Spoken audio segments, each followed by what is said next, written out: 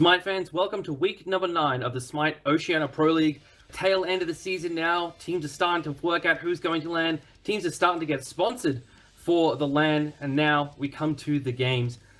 This first set, we've got Alpha Sydney making their debut in the Oceania Pro League, formerly under the banner of Llamas in Pajamas, up against Incite. But before we get to the picks and bans, let's go ahead and introduce ourselves. I am Husey, and joining me is the ever-wonderful Alpha Jacko. That's going to be confusing, Alpha Sydney and Alpha Jackal. How are you doing, Andy? I'm doing absolutely fine, and Alpha Sydney now, a team after my own heart. They've obviously got the best name in the entire league, and are obviously now my favourite team. Well, they've got themselves in a position to go to land. At the moment, they're currently tied with Avant-Garde for the 4th spot. It's probably going to come down to their matchup next week to determine. But if Alpha City can get a win here tonight, that'll put them in a very good position to be going indeed. Let's talk a little bit about the land quickly. It's at the Australia Technology Park in Sydney on August 20th and 21st. It is a free event, so come on down, bring your friends, bring your family, and come along and just watch some great SMITE action. There'll also be some CSGO there, but I mean, who really cares about that? It's all about SMITE in our hearts. So that's what these teams are playing for, is the chance to go to LAN, and also for the prize money, which is, for this split, $25,000 split amongst the 6 teams. So that's a nice little bit of coin to go in your pocket if you take out that event. So we're going to go ahead and start picks and bans right now. Alpha Sydney up against Incite. So Andy, what are you expected to see out of Alpha Sydney, formerly known as Llamas? You know, they have their own kind of unique pick and ban style. Well, I'm expecting that both of these teams were going to be going for the high, early pressure, aggressive gods. Alpha Sydney currently having the highest overall deaths, Incite the highest overall kills, Rana with the highest damage, so expect there to be a lot of the early game gods. Your Sobex, your Onhers, and maybe even your Fenris as well coming out of the jungle, as Ratatasker and Susanoo get banned away. So Ratatoska ban doesn't surprise me at all. Rats only played 3 games this split, and he's won all 3 games, so don't let that god through, for the love of God. Susanoo, though, he's been pretty heavily banned this split, but has only won 50% of the games he's been in. Bark is the next ban. This one, again, so that's for Alpha City having a very good pick and ban phase. The Barkus ban, he's tied with Hou for the most wins in the OPL, so a very strong god, obviously. And with the removal of power pots as well, you know, just going to be doing a lot more damage than compared to a mage very early on.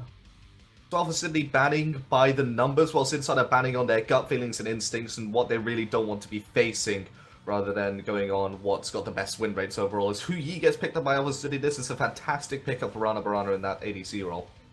Exactly right. Provides a lot of clear, provides a lot of damage at all stages of the game. Fantastic one-on-one matchup. Just a very strong god, and it's been reflected thus far in the OPL, as I mentioned, has got the most wins currently. Is also the most picked god. So OCE, obviously a very big fan of Hou.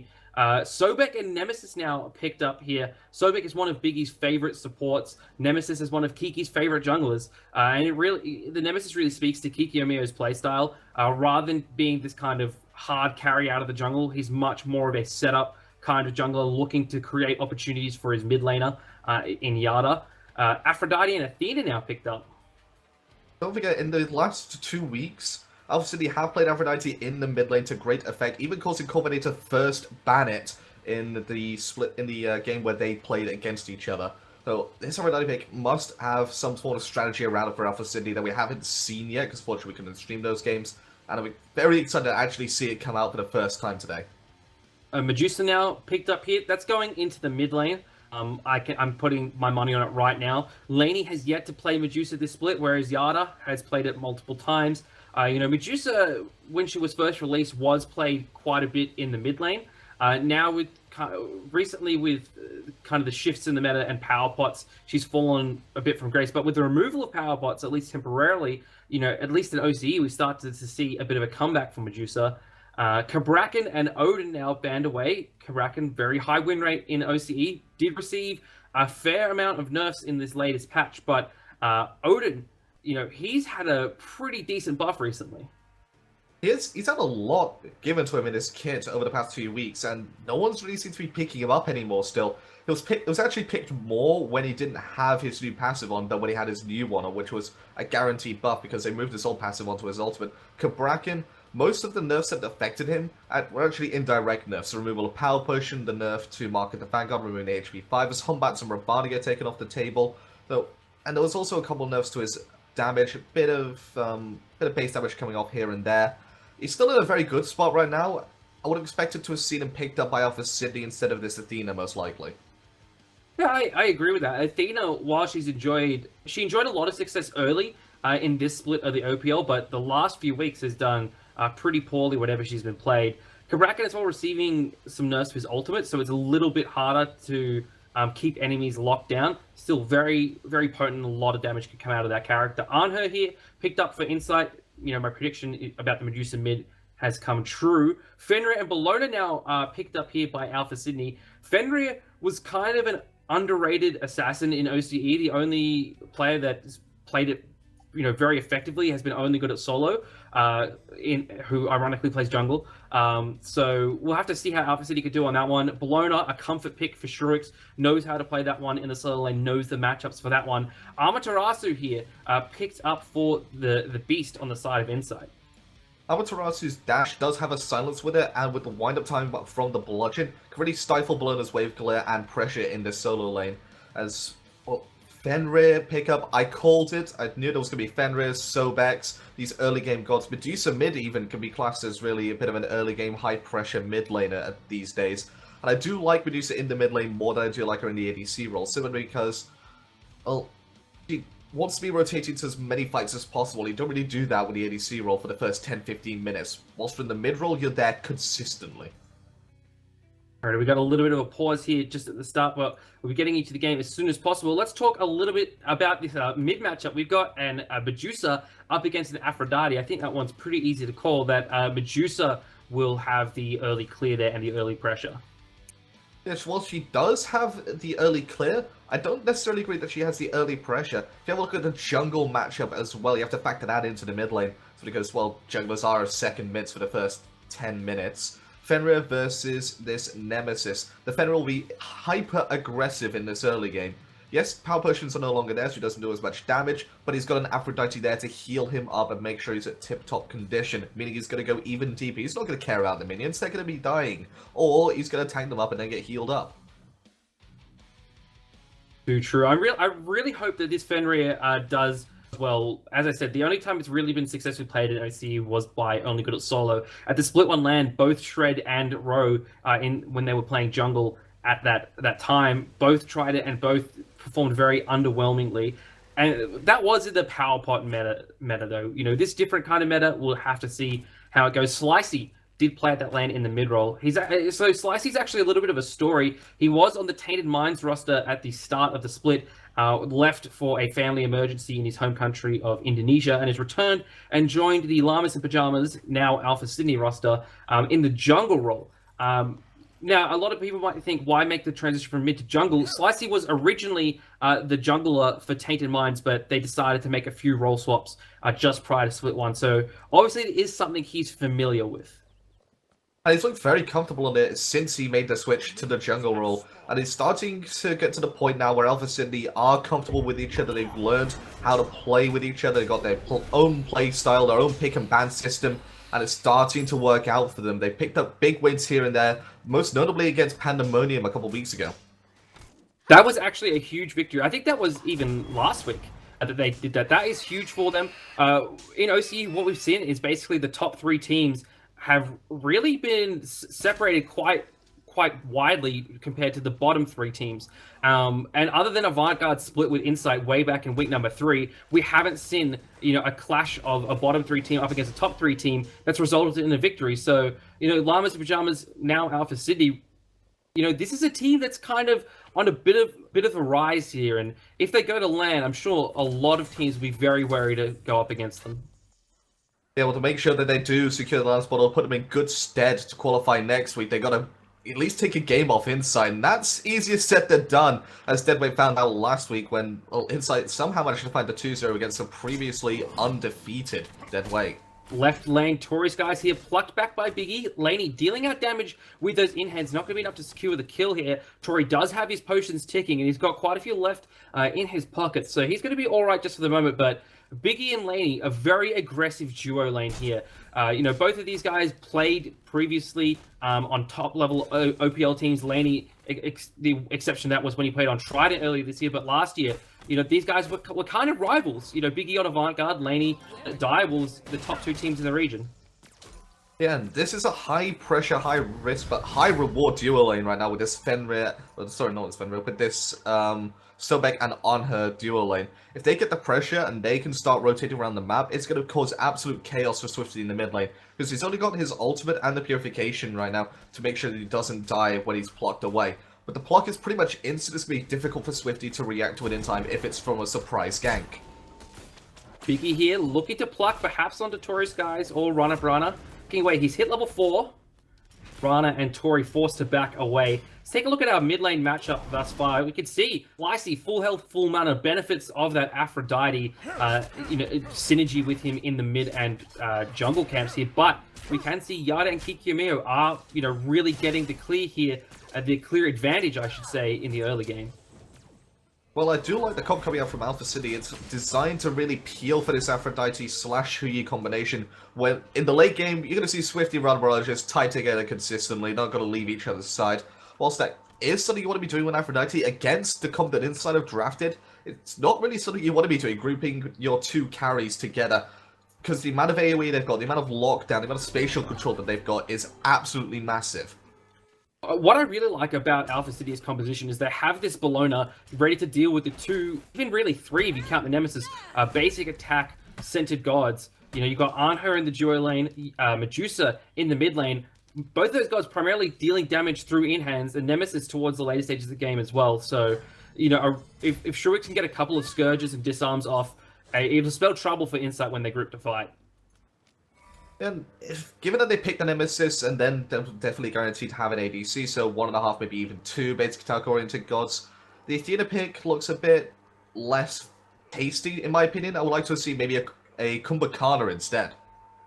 Yeah, Kuba's got a lot of soft peel, but even still, soft CC is still some form of CC, and when your Aphrodite's, basically her only getaway option is burning that ultimate with the CC and damage immunity. Other than that, she's got hardly any methods of escaping from damage. So a lot of the damage coming out from Alpha City this game will be that physical source. Aphrodite needs to transition into a Bruisabilis. Tori's guys gets an ultimate put onto him in the mid lane. He's trying to go up into Defender of Olympus, but Yada takes him down there. Not even able to get away is Tori's guys. First blood to the boys of Incite. Yada, Kikiomio, and Biggie all grouped here in the mid lane. Slicey is on the mid camps, jumps over the walls onto Yada. There's the ultimate. Yada turns around, petrifies, doesn't catch anyone in that stone gaze. Takes a lot of tick damage there, and is forced to run away. Yeah, they only managed to kill Tori's guys with 1 ultimate, the Kikiomio Divine Judgment, and they got the Defender of Olympus for it as well, so it's overall a 0 net gain of ultimates for Alpha City, and that's absolutely terrifying. Alpha City's Incite on Kikiomio, is going to have a 75-second cooldown on that Divine Judgment. Tori's guys 120 seconds. So that's 55 seconds where they cannot do anything across the map. Taking a look at our solo lane matchup thus far, we can see that Shrewix has actually managed to get a lot of pressure onto the Beast here. Beast obviously hasn't been winning this matchup as hard as we usually see him win in the solo lane, but that's just the nature, I think, of early game Bellona versus Amaterasu. The later this one goes, I think we'll start to see the Beast do better in this lane. Biggie here, and the ultimate, Slicey's chasing him, jumps onto him. Biggie taking a lot of damage, actually, but manages to get away, though. His Lurking in the Waters is now down, though, for the next little while. 22 seconds until the Ragnarok is online. The Divine Judgment is back up for Kikiomio. There's a small window of opportunity now for Incite to make sure that they've got this ultimate advantage and press it. Looks like they're not going to do that. They're going to go back into the jungle and possibly even set up for this Gold Fury. Ward coverage is heavy there for Incite. Slicey, Tori's guys lurking in the mid lane, looking for Biggie and Yada. They are smart enough to get themselves away from that danger, hiding in the mid lane between minions. Yeah, they just made sure that the minions were pushed up to a point where they could get behind them quickly, to the point where Tori's guys had to dash in aggressively and take a lot of minion poke. And not to mention, Kikiomio was still on the rotation back into that mid lane as well. Had Tori's guys gone in there, would have been certain death for him. Especially since the Petrify was up as well from Yada. You know, imagine dashing. Yada's got pretty good mechanics. You could bet he would be instantly smashing that 4 button down, ready to Petrify an Athena. And, you know, he's dashed in. He doesn't have any escapes. Even if you don't get frozen into stone by the ultimate, you are still slowed for quite a hefty amount, actually. I believe it is 20% at rank number 1. And, you know, when you've got a Nemesis there that's going to slow you down again with the Divine Judgment, there's no getting away for that Athena. And I do like the pickup of Biggie of these reinforced Greaves. So because 30% crowd control reduction against an Athena is huge. The taunt could go from 1.8 seconds all the way down to about 1 second even. And it's that 0.8 seconds is all you need to start peeling for the rest of your team and make sure that you win the fight. Left-hand side mid camps here, being contested by Incite. Swifty looking to heal up Slicey. There is the dash taunt. He in a lot of trouble here. There's the Ragnarok. Biggie can't get away from this. He's going to fall down here. Tail whip. Yada actually keeps him alive with a threat of the Petrify. Slicey, though, jumps over the wall, takes down Biggie. Slicey, though, is in a lot of trouble here. There's the Aphrodite ult to cleanse the Nemesis ult. Taurus guys round the back looking for Kiki and Yada. Kiki going very aggressive here, just looking to deal some damage. Slicey jumps away, and Alpha City got to survive this one and pick up themselves a free kill. They managed to pick up the kill. They also burn ultimates and a teleport coming out from the Beast as well. So an overall massive win for them, but they can look to start pressuring this left-hand side. They're still grouped up as a 4. And I'm surprised they're not actually looking at the Gold Fury here. They know they're on the right side mid-Harpies, so this Gold Fury is completely wide open. Exactly right. They don't have the best secure, however. Rana Brana's ultimate's down for another 60 seconds, so... if you say they don't have the best secure, but they do have a Wrath on Tori's guys. That's true. They, with the Wrath, provides some secure against... I mean, I suppose the Petrify was down as well. The only real kind of threat coming out from Incite would be from Just Laney's Desert Fury, and even then, that's not the best in the world, so I suppose they could have gone for it there, certainly. Shruix also, it must be noted, did use his teleport there as well, so Beast not going to regret transitioning over for that fight too much. Towards the solo lane, as we look, we can see Beast behind in gold a little bit, but equal in experience. Yeah, he's not gonna be too worried about that teleport burn. Shiryu, it's gonna take him a bit longer to get into lane as a Bologna versus the Amaterasu. Amaterasu obviously having those auras and giving a benefit of extra movement speed in one of the stances. So as Gold Fury gets contested once more, Biggie in his ultimate. And with his ultimate burn, Ragnarok comes out, so does the Sunbreaker ultimate. Biggie, a lot of trouble here. Falls down as Taurus guys slams down that shield wall. So Biggie again going over aggressive. It looks like there was a big miscommunication between Incite there. Biggie went all in there and his team just wasn't there to back him up. Biggie maybe not respecting the amount of damage or the playstyle coming out from Alpha Sydney. Then he gets, well, destroyed for it. And again, another opportunity to do the Gold Fury for Alpha Sydney. They don't have their Bologna rotating either. So it's going to be a 4 versus 3 as Biggie does make his rotation back in from base. Kiki and me making his rotation as well as Toys Guys dies. Laney, that was a beautiful play. Petrify comes out from Yada and Incite take the Gold Fury there. So Alpha City drop a player and drop the Gold Fury, but I don't know if you saw there, Laney put up his pillar in the perfect position there. Taurus guys couldn't get away from the Gold Fury. Laney was continually poking him with damage, and normally the Gold Fury destroys structures, but he positioned it in such a way that the Gold Fury wouldn't walk into it. Just absolute perfect play there from Laney and just locked down Taurus guys. The best steal ever there from Incite. They managed to kill Taurus guys, which got rid of the secure that they had. But by that time, the Gold Fury was already quite low. Taurus guys going in, looking for the taunt, not going to find it. Right-hand side, the speed buff going to get invaded here by Incite. This is what you do when you've got the advantage. You press hard. You make sure you get as much as possible off it. Kiki Mio going to be very grateful to his team for helping him pick that one up. Junglers all like their speed buffs very much. Mid lane here, taking a look at the matchup, we can see that Yada's 800 gold ahead of Swifty and a whole level. Yeah, that's coming out from the kill as well as the Gold Fury. The kill certainly helping in the experience department, the Gold Fury helping in that gold, and 50 stacks on that Transcendence already. Yada's hitting like a truck already. And when you're a Medusa, you want to make sure you have as much power in the mid-game as possible, transitioning into a bit more of an ult and CC bot later on in the game. Right-hand side mid camps for the way of Incite there. The sustain coming out from Alpha Sydney squad is pretty incredible here. We can see Swifty and Tori Skies took some damage to the minions there, but are already back to full HP and full mana. I'm looking at Incite's item builds at this point. I'm not expecting any anti-heal to come out, but expect a few curses, maybe a couple of pestilences, even a Brawler's Beatstick or two to start appearing in those item slots soon. The Biggie most likely will get a curse. I also want him to then get a ritual dagger just to make sure that curse lasts a bit longer, that anti-heal lasts a bit longer, going up from 6 to 9 seconds, because that will really annoy Swifty. Exactly right. You know, there's been a big concern lately that we might be transitioning back into a healer meta after a nerf to Curse, where it only does 50% anti-heal, as well as pretty much all healers receiving some kind of a buff. Rana Barana, left-hand side, jumps away. Biggie looking for something here, but just looking to get some farm here with Laney rather than necessarily a kill. Rana very low on mana, does have his purification up, however, so can afford to stick around a little bit. Mio gets stunned out there as he was looking to get some damage down onto Tori Skies and Swifty, but they managed to back away quite nicely there. Swifty, he hasn't seemed to fall below 50% HP yet this game. And that's really a testament to what Aphrodite can do if played to the absolute pinnacle of perfection. And Swifty has been playing incredibly well. Tori Skies looking for an ultimate on the left-hand side, but Swifty's body block keeps saying no. Talk comes out, but it's going to be cancelled out by the Stone Gaze from Yada. Mio there didn't manage to follow up as he was stunned there by the kiss from Swifty, so good mechanics there for Swifty, preventing any further aggression onto his support. And the good news for Alpha City there is they got rid of the Stone Gates, that huge team fight presence ultimate from Yada. That's going to be down for the next 70 seconds or so. This should be the window opportunity right now for Alpha City to look to kill Yada, look to kill Kiko Mew, and that's exactly what they're looking for. Slicey gets the Ragnarok off, but forces Purification. So Purification's got a 160-second cooldown, Ragnarok's got a 90-second cooldown, so that's going to be called absolutely worth there for Alpha Sydney.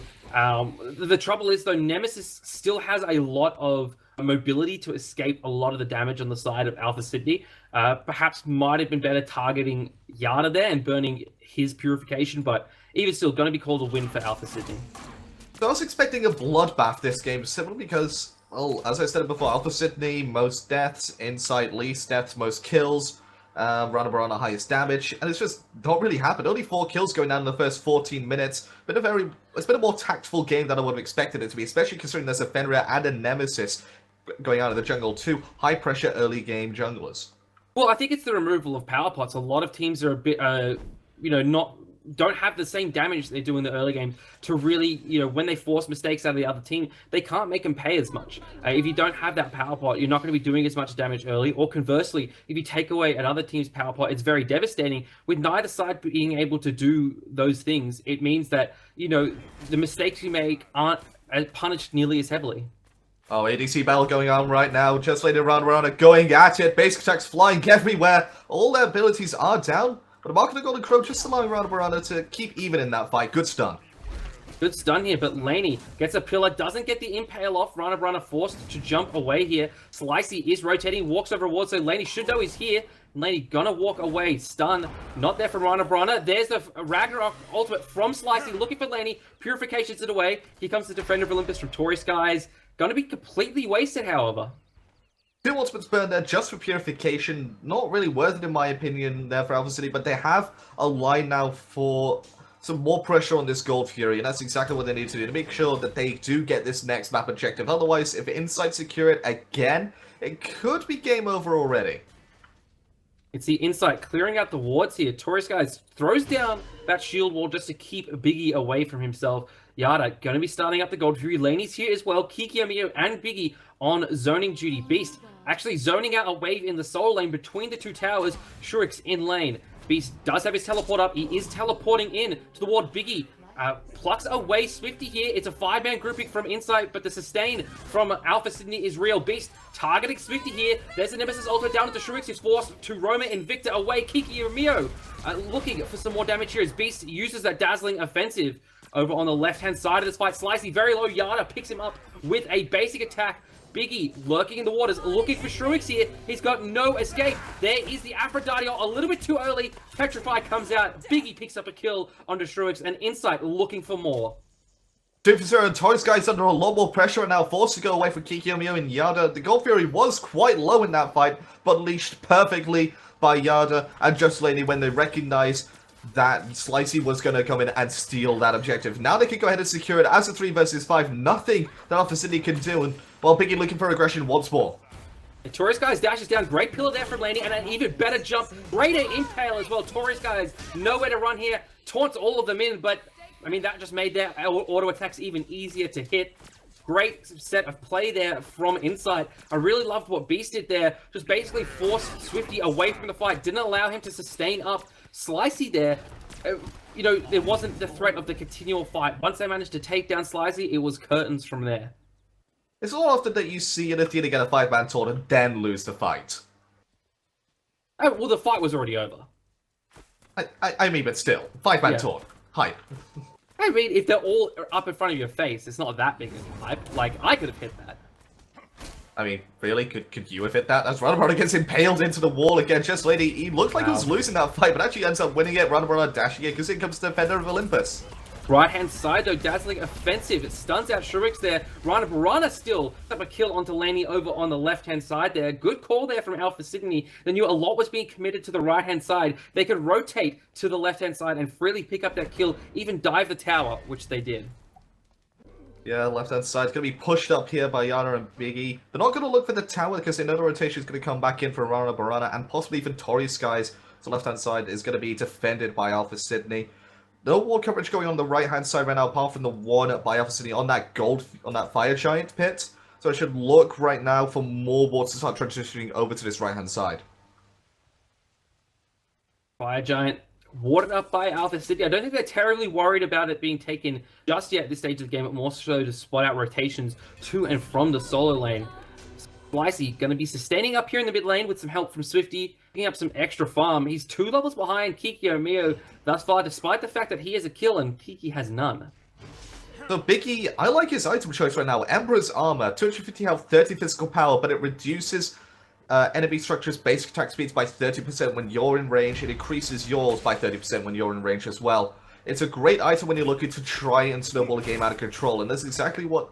Well, they're maybe not snowballing, they're certainly in the lead. They can look to get even more pressure with this item. But they've got a fairly decent lead for 18.5 minutes in the game. 6,000 experience, 4,600 gold. You know, we could see the effects of it over on the left-hand side tower. He's here with Laney. They're able to force this wave in more effectively than they would be able to do normally. It also gives them more dive under enemy towers. You know, when they're trying to get Swifty, you know, it's these kind of gank situations are going to be extended a little bit more because of that Aphrodite heal and sustain. Slowing the tower damage that's coming onto your team is going to give your team more time to operate under enemy structures. And not to mention, it's not really the most giving in terms of physical defense, but the fact that he's got his passive, which gives him 21 extra protections. He's got the reinforced greaves, which give him 30% seed crowd control reduction and an extra 150 health. I mean, it's going to be still very difficult to kill as a Survey, despite the fact he's got no magical protection. Well, he doesn't really need it. I mean, who's going to be doing the damage from the magical side of things on Alpha Sydney? If we take a look at play damage, we could see Tori's guys on the bottom. You know, he's a support, no big deal. But Swifty's sitting right around the middle with that Aphrodite. So he's doing some damage, obviously, but it's not enough really to warrant Biggie to be concerned about. And surprise, surprise, sitting at the top is Rana Varana, still wanting to keep that stat as the most damaging player in OCE. And he's doing a good job of it. He's managed to find good fights against Just Lane, even picking up a good kill onto him. It's still not been enough for him to have the lead in this matchup. But Just Lane's build is something you don't really see too much as speed buff gets invaded. And the return of Devourer's Gauntlets, it seems, with the Death Toll start. So that makes a fair bit of sense, you know, with removal of Golden Bow, removal of Power Pots. It's a bit harder to start the game off as an ADC. And, you know, since these snowballs and stuff aren't as much of a thing anymore with Power Pots being removed, it allows you to play a little bit of a later game ADC build. And that's what the Devourer's Gauntlets are. It's a much more late game than the other ADC start. And also allows you to build a bit more attack speed in your other items. The Ink File is certainly a more attractive option therein. But Ranabarona on this Huyi will want to go to more traditional previous build with the Assi to give him even more attack speed, because Huyi doesn't have that much to begin with. Mid tower looks like it's going to fall down, but defense coming out so far from Alpha City is terrific.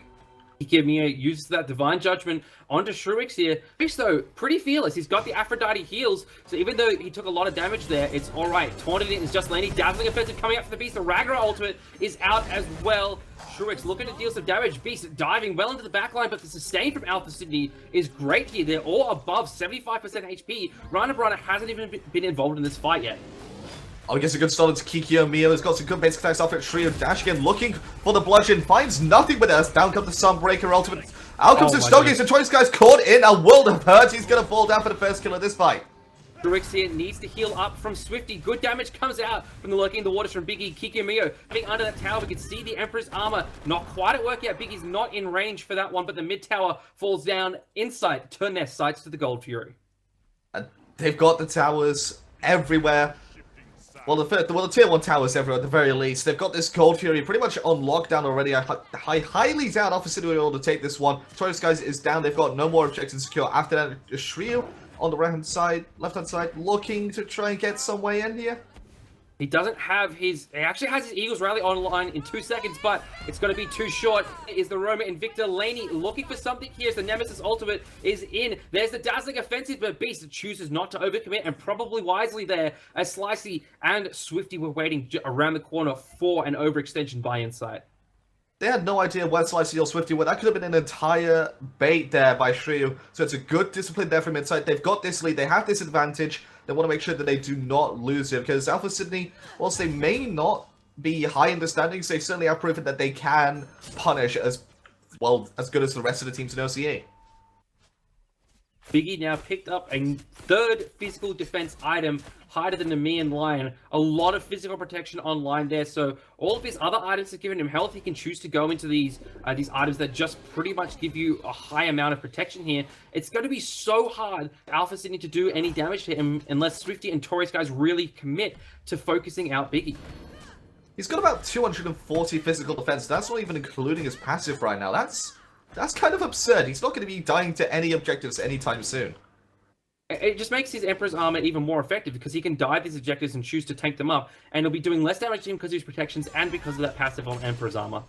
I honestly think he could solo a tower without minions right now.